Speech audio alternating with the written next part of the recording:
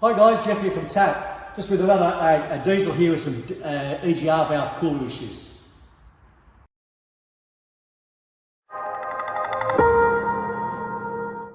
Again guys, this is something we've probably covered before, but it's a 2015 Touareg. It's got the 3 litre CRCA turbo diesel engine. It's come from another workshop. It's been to 2 or 3 workshops, had a fair bit of work done to it.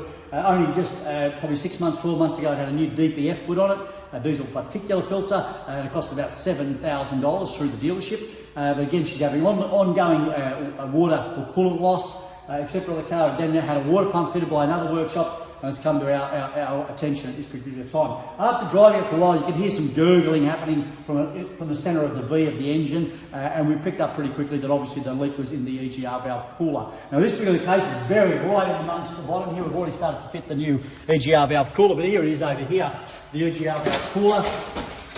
You can see that we've got a water inlet there, and there's one on the bottom. We've got our EGR valve coming in here and heading off over here. It comes as a pretty solid unit, but again, that whole unit's what needs to be replaced on the vehicle for the EGR valve cooler. But again, a lot of workshops are getting caught with coolant loss and EGR valve coolers, and just remember that there's a coolant system there. If there is a leak in the EGR valve cooler, it's going to go into the exhaust system. I wouldn't be surprised if the diesel particulate filter failure in this particular car has probably been due to the EGR valve cooler leaking for some period of time. So again, keep your minds open to the possible causes for some of the symptoms that you get on vehicles, but this car will finally get the core root problem of their ongoing issues fixed.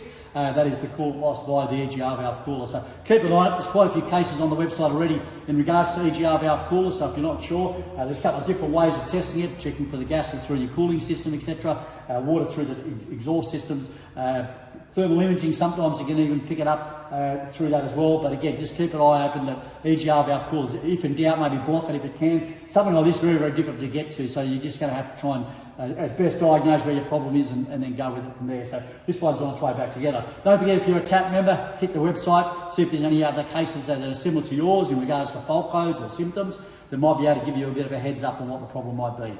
Thanks for listening, and we'll see you next time.